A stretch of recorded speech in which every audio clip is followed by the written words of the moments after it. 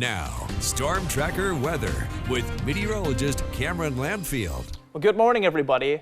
We are sitting on the precipice of an incoming storm system. I know it doesn't feel like it right now, especially with our warm start. Take a look at the coolest temperatures we'll be seeing this morning the whole day. 7:30 is generally about the coldest time of the day, so we could get there at that point. But still, the mid 40s to even the high 40s out on the coast. It is a warm morning out there. And of course, a lot of that is because of yesterday's very high heat soaking in and keeping us warm. But that means we start off on a good foot for this morning. Other than the good layer of fog out over the coast, everybody else is going to start to heat up pretty quick here with the fast starts of the morning and those warm temperatures. So what we've got going on for the remainder of the day, like I said, we're right on the precipice of a storm system, is right here.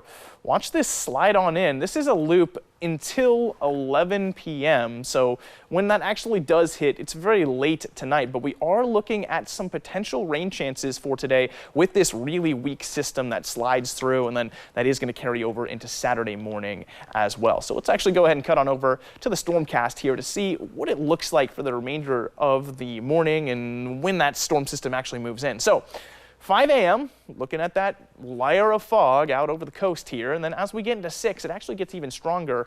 Now, if you look behind me here, you can see there is definitely a lot of activity on the way.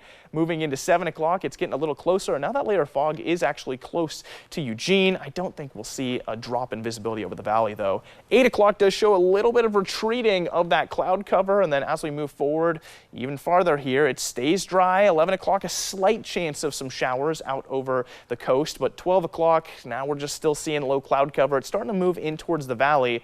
Now we have our first actual chances of rainfall, 1:30 over the Cascades, and actually even potentially a thunderstorm if our winds are coming from the right direction. Right now that doesn't look like the case, though. You'll see more of those pop-up showers out over the Cascades towards 3 o'clock, and then our wall of rainfall finally starts to touch the coast. Should start to get wet out there sometime around 2 o'clock or so, and then by about 9 o'clock we should have some rainfall over widespread, but it's not a whole lot we actually see. And that moves us into the weekend.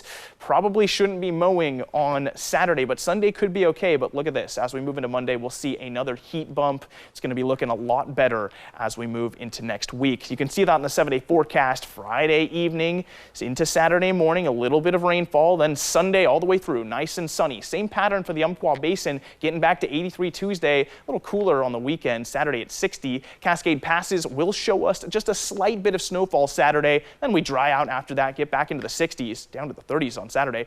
Willamette Valley's at 68 for